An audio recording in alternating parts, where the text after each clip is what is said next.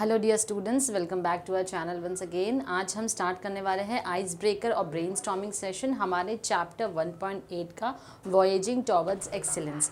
जिस बच्चों ने हमारे लेक्चर को नहीं देखा है, डिस्क्रिप्शन बॉक्स में हमारी लिंक दी है बच्चों, एक बार आप वहाँ जाकर चेक कर सकते हैं। तो आइए हम स्टार्ट करते हैं हमारा आइस ब्रेकर।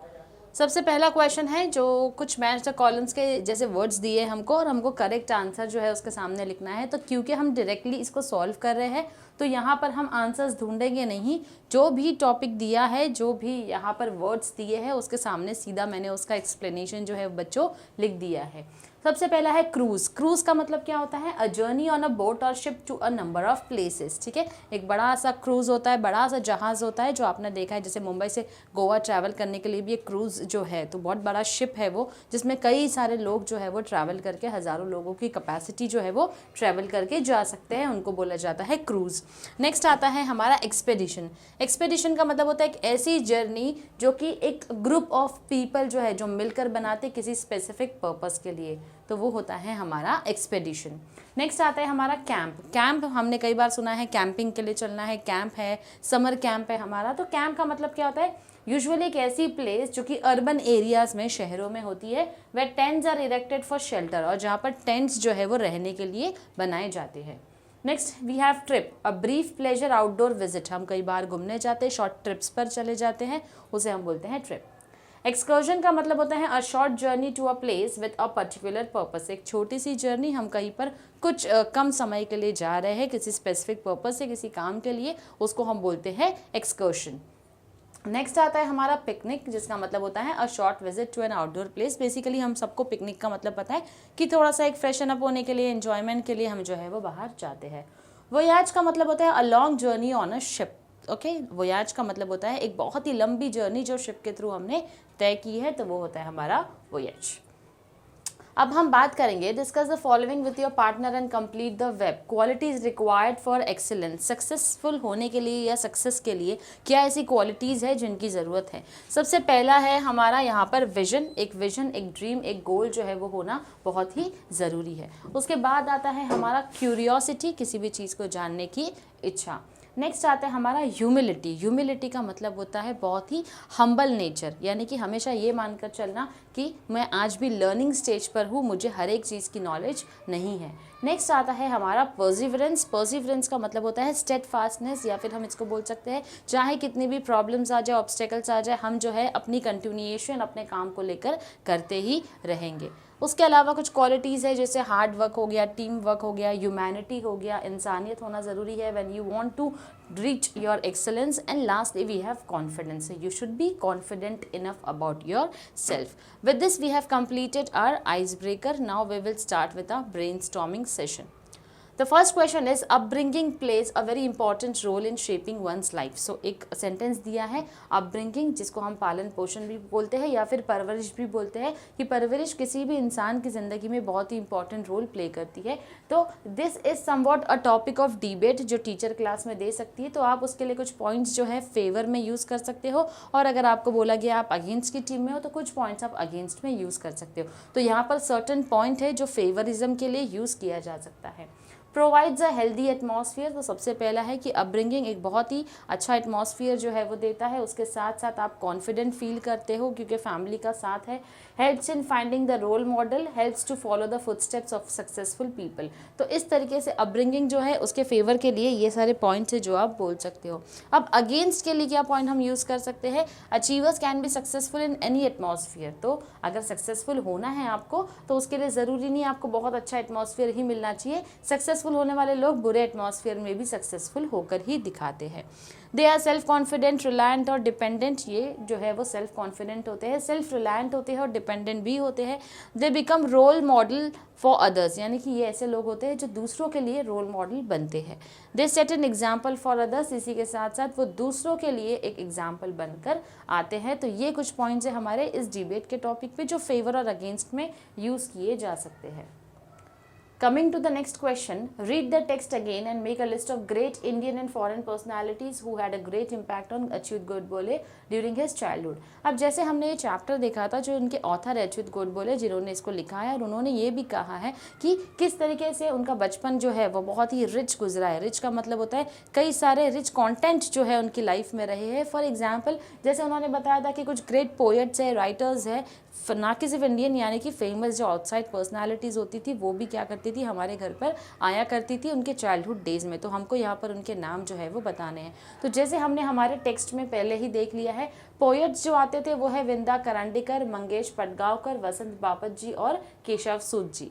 नेक्स्ट है हमारे राइटर्स, तो वो है चार्ल्स डिकन्स, थॉमस हार्डी और मार्धेकर. फिर कुछ म्यूजिशियंस हैं हमारे जो कि मोजार्ट है, पंडित कुमार गंधर्व है, पंडित भीमसेन जोशी है और पंडित जसराज जी है.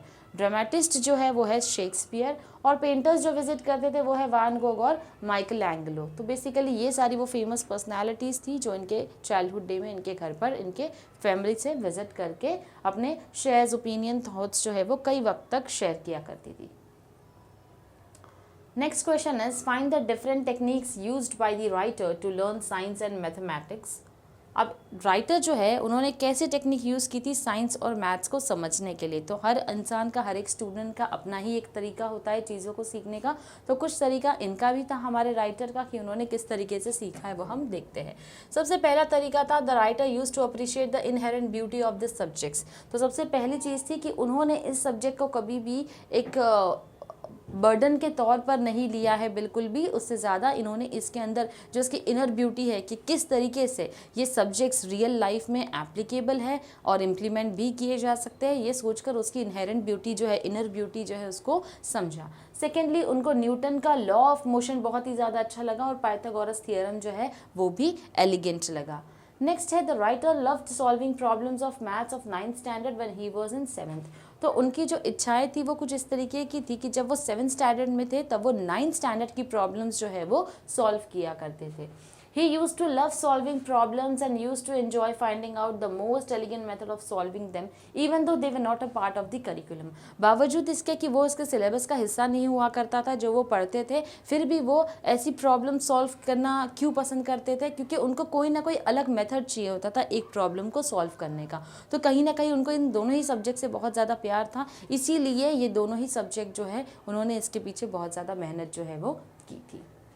नेक्स्ट आता है हमारा question, the writer faced numerous problems while communicating in English because. अब उनको सबसे ज़्यादा प्रॉब्लम क्यों होती थी इंग्लिश में बात करने के लिए? तो सबसे पहले उन्होंने बताया कि उनका जो पूरा एजुकेशन रहा है वो मराठी में रहा है. सेकेंडली उनकी जो वोकेबुलरी थी वो काफ़ी ज़्यादा वीक थी, इंग्लिश के वर्ड्स इतने अच्छे से उनको नहीं आते थे, और उनका जो प्रोनाउंसिएशन था वर्ड्स को बुलाने का, जिस तरीके से हम प्रोनाउंस करते हैं, बोलते हैं, तो वो भी बहुत ही बुरा था. His construction of sentences was very awkward. और जिस तरीके से हम सेंटेंसेस में बात करते हैं इंग्लिश में, तो उनका बात करने का तरीका काफ़ी अलग था. इन सब का रीज़न यही है क्योंकि उनकी स्कूल जो उनकी जो एजुकेशन हुई है वो कम्प्लीटली मराठी मीडियम से ही हुई थी. Next question we have is the writer was completely stumped because. अब वो जो है बुरी तरीके से हार चुके थे, कहीं ना कहीं उनको लगा था कि मैं आउट हो चुका हूँ.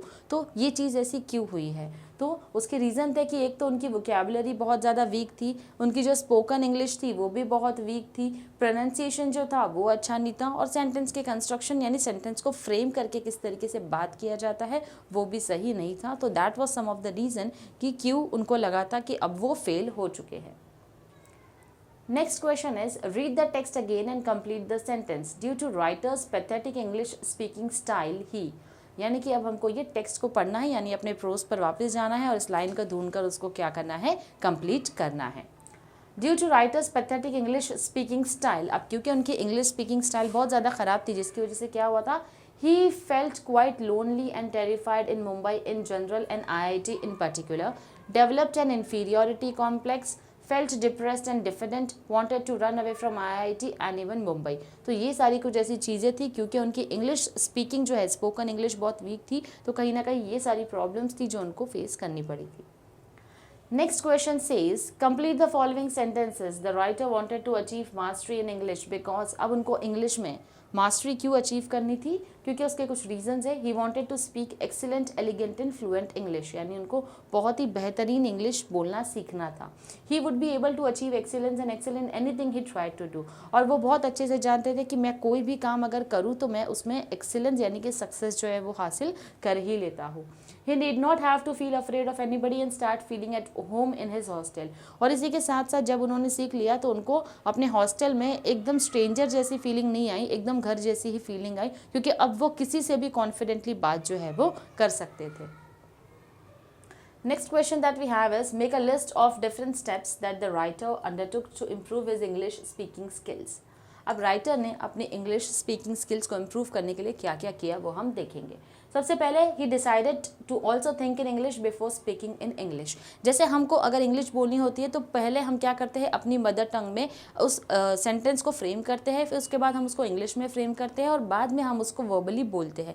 लेकिन राइटर ने सोच लिया था कि अब अगर मुझे सोचना भी है तो मैं इंग्लिश में ही सोचने वाला हूँ।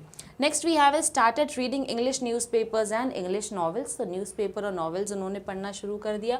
उसके बाद साथ साथ उन्होंने फोनेटिक्स जो है, रूट्स कैसे है, प्रोनाउंसिएशन कैसा होता है इंग्लिश में वर्ड्स का, ये सारी चीज़ें सीखी थी। और जहाँ पर भी उनको लगता था, मिरर के सामने खड़े रहते थे, प्रैक्टिस करते थे बात करने की, और जहाँ उनको लगता था एरर है, मिस्टेक है, वो उसे रेक्टिफाई कर दिया करते थे।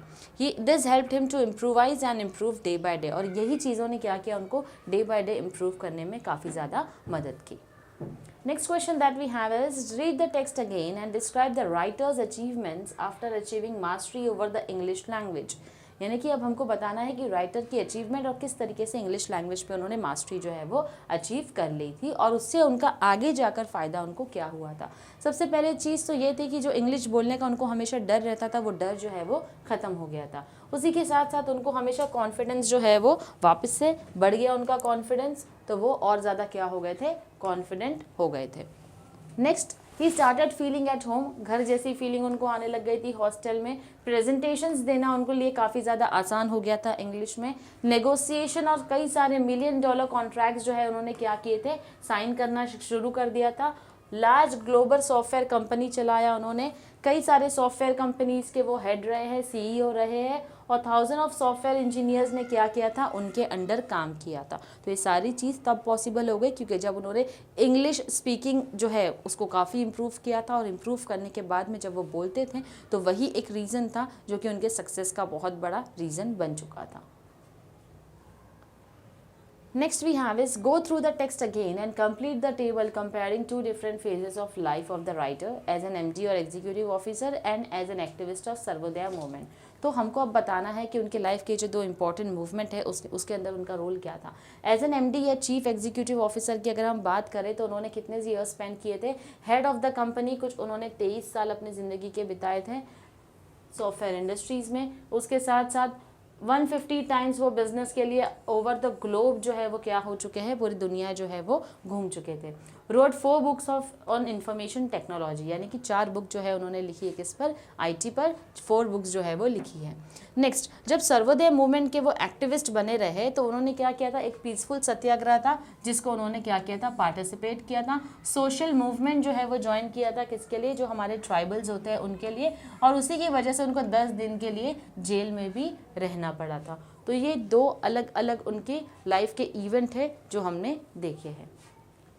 Next question that we have is, complete the web highlighting the various opportunities you gained due to your good English speaking skills. अब ऐसी क्या अपॉर्चुनिटीज़ हैं आपकी लाइफ में जो आपको मिले होंगे because of your English speaking skills. तो यहाँ तो है, आपको हमेशा डिबेट कंपटीशन के लिए सिलेक्ट किया गया, स्कूल का सेक्रेटरी बनाया, लिटरेरी सोसाइटी जो है उसका सेक्रेटरी बना दिया, फिर आपको सिलेक्टेड टू रीड स्कूल और कॉलेज की एनुअल डे के दिन जो रिपोर्ट्स पढ़कर सुनानी होती है उसके लिए आपको बुलाया गया, फिर आपको एज अ कंपेयरर, यानी कि जब भी कोई प्रोग्राम होता है तो उसके लिए जो आपको एंकरिंग करनी होती है तो उसके लिए हमेशा आपको क्या किया गया, बुलाया गया, स्कूल में बुलाया गया, आपके हाउसिंग कॉम्प्लेक्सेस में बुलाया गया। तो ये अपॉर्चुनिटीज़ जो है वो आपको मिली है because of your correct English speaking skills. Okay, Next question that we have is, describe a situation or incident when you felt embarrassed for your lack of knowledge of a particular subject or incompetence in speaking English fluently. तो यहाँ पर आपको एक example देकर समझाना है कि किस तरीके से कहीं ना कहीं अगर आप इंग्लिश सही से नहीं बोल पाए थे तो क्या प्रॉब्लम आपने फेस की थी, तो लाइफ का ऐसा कोई एग्जाम्पल आपको देना है. Now this happened after my standard 10th exams. I live in Latur and I was visiting my cousins in Mumbai for the first time. In order to entertain me, they took me to a musical night. Unfortunately, it was a music show based on English songs and I had no knowledge of it or interest in it. I love to listen to Hindi and Marathi songs only. They soon realized my lack of interest and were sorry for their mistake. I was embarrassed about my complete lack of knowledge about English songs. तो ये बात है कब की, standard 10 के exams की, जब मैं लातूर विजिट किया था. वहाँ पर अपने फ्रेंड्स के साथ जो है वो कहा गया था, मैं सॉरी अपने कजिन्स के साथ जो है वो मुंबई जो है मैंने क्या किया था, विजिट किया था. वहाँ विजिट किया जब मैंने, तो अपने कजिन्स के साथ, क्योंकि उन लोगों ने सोचा कि चलो हमारा फ्रेंड है, हमारा भाई है, कज़िन है, बाहर से आया है, तो हम क्या करेंगे, हम इसको मुंबई घुमाते हैं. तो कहीं ना कहीं वो लोग उसको लेकर गए एंटरटेनमेंट पर्पज़ के लिए. लेकिन जिस म्यूज़िकल कॉन्सर्ट में लेकर गए थे वहाँ पर क्या हो गया था बच्चों, वो म्यूज़िकल कॉन्सर्ट जो है वो कम्प्लीटली इंग्लिश में था. अब क्योंकि आपने विजिट किया है, आपको इंग्लिश का कोई नॉलेज ही नहीं है, तो वहाँ पे जो भी कॉन्सर्ट में सॉन्ग्स प्ले होंगे आपको समझ में नहीं आएंगे, उसके लिरिक्स समझ में नहीं आएंगे, तो अल्टीमेटली वो इंटरेस्ट ही उस कॉन्सर्ट के लिए डेवलप नहीं होगा. कहीं ना कहीं कजिन्स को ये चीज़ रियलाइज़ हो गई और उनको बहुत ही बुरा लगा, और इसी के साथ साथ आपको भी बहुत ज़्यादा बुरा लगा कि आपको उस चीज़ का नॉलेज जो है वो बिल्कुल भी नहीं है. तो हमारे लिए बहुत ही शर्मिंदा वाली या एम्बैरेसिंग सिचुएशन हो जाती है. तो इस तरीके का कोई एक छोटा सा एग्जाम्पल, अगर ऐसे कोई क्वेश्चन आते हैं तो हम उसको अटेम्प्ट कर सकते हैं. अब आते हैं हमारे अगले क्वेश्चन की तरफ. Fill in the blank selecting the correct phrase from the alternatives given. One is done for you. तो कुछ ऑल्टरनेटिव्स हमको यानी कि ऑप्शंस हमको दिए थे जिसके अंदर से हमको करेक्ट आंसर लिखना है. तो ये जो मैंने लिखा है, क्योंकि हमारा ये डायरेक्ट सॉल्यूशन है इसलिए मैंने डायरेक्टली यहाँ पर आपके आंसर्स जो है वो लिख दिए हैं. By the end of the week she was beginning dash in her new job. तो टू फील एट होम. तो जैसे ही वीक खत्म हो गया तो उसको क्या, she was beginning to feel at home in her new job, यानी अपने न्यू जॉब पर उसको लगने लगा कि हाँ भाई यहाँ पर मेरे घर जैसा ही है. दिन खत्म होते हुए उसको ऐसा फील होने लग गया. Next, when he lost his mother he was completely broken. Travelling can help to broaden one's horizon. After my retirement I started my second innings as a social worker.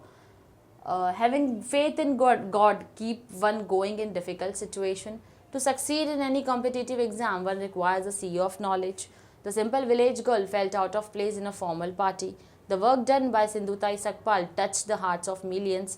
The teacher spoke at length explaining the concept. The speaker was completely stumped by the intelligent questions asked by the audience. तो ये सारे ही आपको options जो है वो brackets में दिए थे और हमने करेक्ट ऑप्शन कहाँ पर प्लेस होगा उसको लिख दिया है. Okay, now we have certain words given जिसका हमको मीनिंग जो है, ये सारे वर्ड्स ऐसे हैं जो कि क्रिकेट से रिलेटेड है. तो इसका टेक्स्ट में क्या रिलेशन है, यानी कि हमारे पैसेज जो है हमने देखा है उसमें क्या रिलेशन है हमारे प्रोज में, और रियल में उसका क्रिकेट में क्या मीनिंग होता है हम उसको समझेंगे. सबसे पहला है सेकेंड इनिंग्स. सेकेंड इनिंग्स का मतलब अगर हम जनरल में देखें तो उसका मतलब होता है एक न्यू शुरुआत, a second phase of life की शुरुआत, उसको हम जनरली सेकेंड इनिंग्स जो है वो बोलते हैं. कई बार पोस्ट रिटायरमेंट लाइफ के बाद, जैसे आप अपने जॉब से रिटायर हो गए हो, अब आपने कुछ और करने का सोचा, जैसे आपने टीचर बनने का सोचा, तो ये आपकी सेकेंड इनिंग होती है कि आपने कंप्लीटली कॉर्पोरेट जॉब खत्म हो गया, रिटायर हो गए, अब आप बच्चों को ट्यूशन दे रहे हो, तो ये आपकी सेकेंड इनिंग्स हो जाती है. उसी तरीके से क्रिकेट में क्या होता है, when a team comes to bat for the second time in a test match. जब एक टीम दूसरी बार आती है टेस्ट मैच में बैटिंग करने के लिए, तो that is what we call second innings. Next that we have a score. Score का मतलब हम अच्छे से जानते हैं, क्रिकेट में स्कोर का मतलब होता है जो रन्स बनाते हैं उसको बोलते हैं. जनरली हम बोलते हैं इवैल्यूएटेड एंड असाइंड मार्क्स. जब आप एग्जाम दोगे आपको जो मार्क्स मिलेंगे तो वो आपने मार्क्स को क्या किया है, स्कोर किया है. Next we have is target setting. Cricket में टारगेट सेटिंग का मतलब होता है deciding the number of runs to be scored. कितने रन्स जो है वो हमको स्कोर करने हैं ये हमको पता होता है, वो टारगेट सेटिंग होता है. जनरली हम बोलते हैं deciding something that one hopes और इंटेंट्स टू अकम्प्लिश. लाइफ में ऐसा कोई टारगेट जो आपको अचीव करना है, जो आपने सोच रखा है, आपको जैसे 12th के बाद कुछ करना है, आपको कॉमर्स फील्ड में कंटिन्यू करना है, साइंस में करना है, तो आप कौन सी फील्ड को एक्सप्लोर करना चाहते हो, क्या बनना चाहते हो, तो वो आपका टारगेट सेटिंग होता है. Next we have a stumped. Stumped का मतलब होता है generally to be unable to answer a question or solve a problem because it is too difficult. तो स्टम्प का मतलब होता है यहाँ पर कि क्योंकि क्वेश्चन बहुत ज़्यादा डिफिकल्ट है तो आप उसको सॉल्व नहीं कर पा रहे हो. क्रिकेट में स्टम्प का मतलब होता है, जैसे हमको पता है अच्छे से स्टम्प आउट क्या होता है, तो वही हमारे क्रिकेट में उसका मीनिंग होता है. तो with this we have completed with the words and the meanings to be given generally उसको क्या बोला जाता है और क्रिकेट के टर्म्स में उनको क्या बोला जाता है।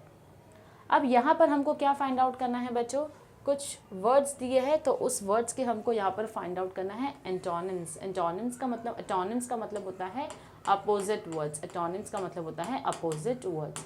यहाँ पर दिया है लकी, तो डेफिनेटली वी नो लकी का मतलब होता है लकी का अपोजिट होता है अनलकी। सेकंड प्रॉब्लम दिया है तो उसका आता है सोल्यूशन। थर्ड हमारा डाउट है तो यहाँ पर ट्रस्ट आएगा। फोर्थ हमारा डिफिडेंट है तो यहाँ पर कॉन्फिडेंट आएगा। फिफ्थ हमारा लोअर है तो एडवांस्ड आएगा। सिक्स्थ हमारा जीनियस है तो ब्लॉक हेड आएगा। तो इस तरीके से हमको कुछ वर्ड्स के अपोजिट्स जो है वो लिखने हैं। नेक्स्ट क्वेश्चन है हमारा, primary auxiliary verbs are be, have, which occur most commonly and can also be used as a main verb in a clause.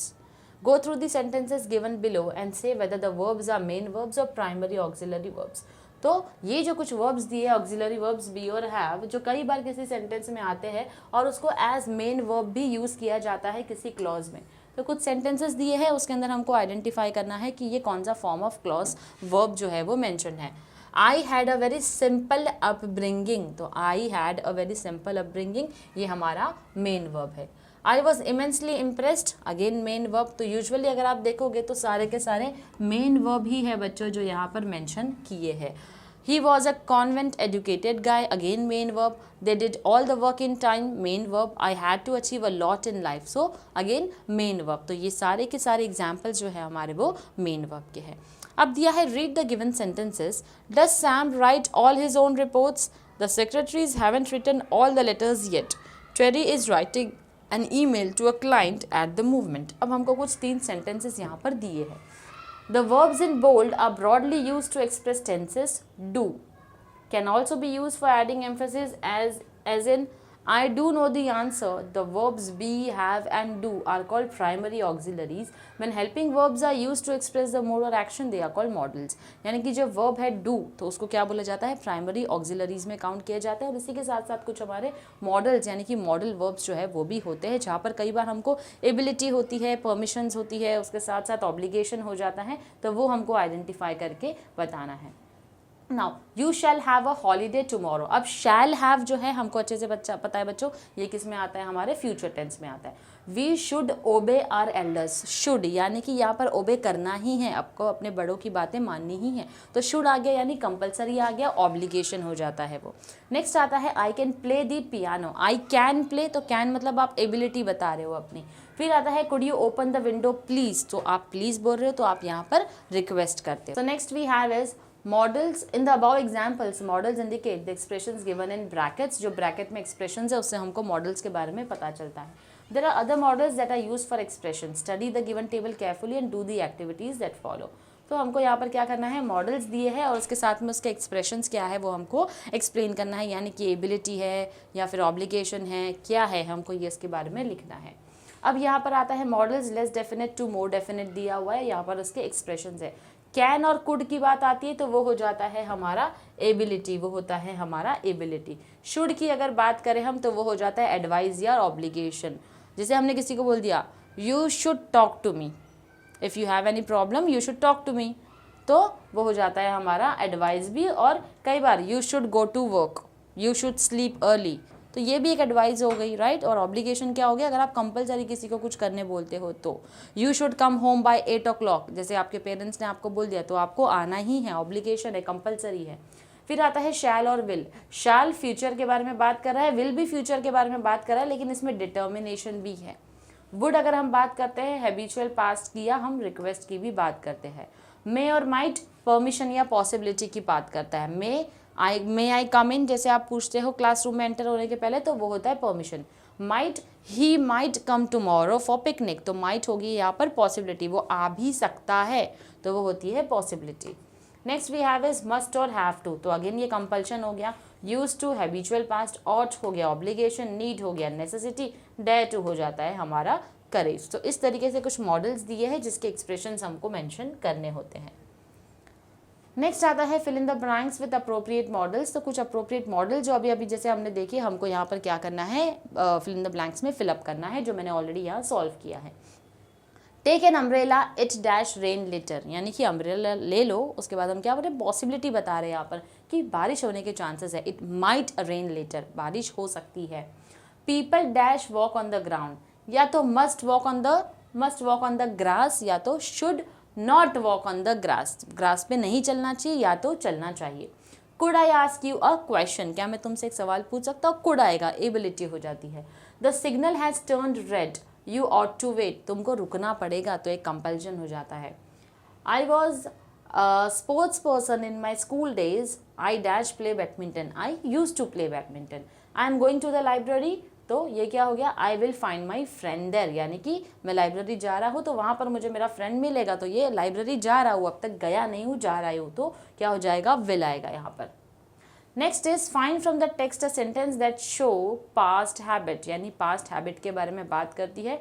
तो हम लोग क्या बताएंगे, हम लोग किस चीज़ के बारे में डिस्कस किया करते थे अपने टाइम पर, हम लोग डिस्कस करते थे रिलेटिविटी के बारे में, बिग बैंग थियोरी के बारे में, aesthetics, literature, philosophy, economics and many other subjects every day until late into the nights. तो ये एक सेंटेंस है जो हमको बताता है कि हम पास्ट हैबिट जो है, हमारी हैबिचुअल पास्ट है जिसके अंदर हम कोई एक्टिविटीज़ जो है वो परफॉर्म किया करते थे। Next we have is do as directed, हमको करना है, ब्रैकेट में दिया है, उस हिसाब से हमको सेंटेंस को रीफ्रेम करके विदाउट चेंजिंग द टेंस हमको लिखना होता है। I did not fully understand the discussions but I was immensely impressed, तो रिमूव बट हटा देना है हमको, तो आएगा दो I did not fully understand the discussions I was immensely impressed. Now next is I had decided that I would do nothing of this sort, यहाँ पर आपको दैट हटा देना है, I had decided to do nothing of this sort. My fear had vanished and I started feeling at home in my hostel, तो when लगाना है, तो जब मेरा फियर खत्म हो गया तो मैंने क्या किया, I started feeling at home in my hostel.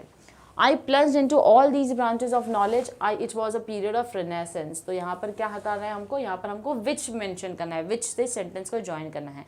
I plunged into all these branches of knowledge, which it नहीं आएगा यहाँ पर, ये गलती से एरर हो गया है typing, which was a period of renaissance आएगा। When I look back, there are number of lessons that I cherish. Remove when. तो यहाँ पर आएगा on looking back, I find there are number of lessons that I cherish. तो यहाँ पर आपने when को हटा दिया। Next है there are hundreds who tell me that they understood the theory of relativity. Remove who. अब हमको who हटा देना है यहाँ पर। तो hundreds tell me that they understood the theory of relativity. Now next we have is go through the sample of the flyer given on page 91 of the textbook। एक flyer का हमको एग्जाम्पल दिया है, उसके बेसिस पर हमको एक flyer जो है वो बनाना है। तो किसके लिए हमको बनाना है फ्लायर, एक योगा क्लास के लिए हमको बनाना है। टॉपिक से कुछ हमको दिए हुए, yoga class, summer hobby class, tree plantation drive, cleanliness, तो हमने आपके लिए यहाँ पर जो है योगा क्लासेस का एक बना दिया है। तो हमको डिटेल्स क्या लेना है, कुछ डिटेल्स मेंशन करना है, स्पेशल फीचर्स क्या होंगे, क्यों आपको इस प्रोग्राम को चुनना चाहिए, क्यों इस ड्राइव के लिए, पर्पस क्या है, मिशन क्या है हमारा, उसके साथ साथ कुछ स्पेशल बात है इसके लिए, और कोई और एक्स्ट्रा पॉइंट अगर आपको ऐड करना हो तो सबसे पहले तो हमको फ्लायर बनाना है। तो यहाँ पर हम क्या करेंगे बच्चों, यहाँ हम उसका एड्रेस जो है वो लिख देंगे। एड्रेस लिखने के साथ साथ नाम लिख दिया, एड्रेस लिख दिया। अब आपने मेंशन किया है we have classes for all from age 5 to 75, man and women, girls and boys. तो ये क्लासेस सबके लिए, इस तरीके से एक या दो लाइन जो आप लिखते हो तो वो हो जाता है आपका प्रमोशन। फिर आपने डिटेल्स देना है पूरी आपकी योगा क्लासेस के बारे में, वीक में कितने डेज आप योगा क्लासेस चालू रखते हो, टाइमिंग क्या है, मेल्स का टाइमिंग क्या है, कोई पर्सनल ट्रेनर आपके पास अवेलेबल है, एक्सपीरियंस टीचर्स है, कोर्स अगर आप देते हो, ऑफर कर रहे हो तो कोई आपको वहाँ पर से सर्टिफिकेट मिलता है, और उनकी कोई वेबसाइट है तो वो आपको यहाँ पर मेंशन कर देना है। फिर उनके स्पेशल फीचर्स क्या है, लेक्चर्स होते हैं, टेक्निक समझाई जाती है, ग्रुप बनाया जाता है पर्टिकुलर प्रॉब्लम के रिलेटेड। फिर आपको क्यों चुनना चाहिए इस क्लास को, ये डिवाइन योगा क्लास जो आपने नाम रखा है, तो इस क्लास को आपको क्यों चुनना चाहिए, तो यहाँ पर आपको उसके रीज़न जो है वो कुछ अच्छे से मेंशन करने हैं। फिर आपको अपना ईमेल आईडी, कॉन्टैक्ट नंबर जो है वो मेंशन करना होता है। और इसी के साथ साथ बच्चों हमारा आज का जो ये सेशन है आइस ब्रेकर और ब्रेनस्टॉर्मिंग का, हमारे चैप्टर 1.8 का कंप्लीट होता है। मिलते हैं हम अपने नेक्स्ट लेक्चर में। Till then stay tuned to our channel and do like, share and comment. Thank you very much.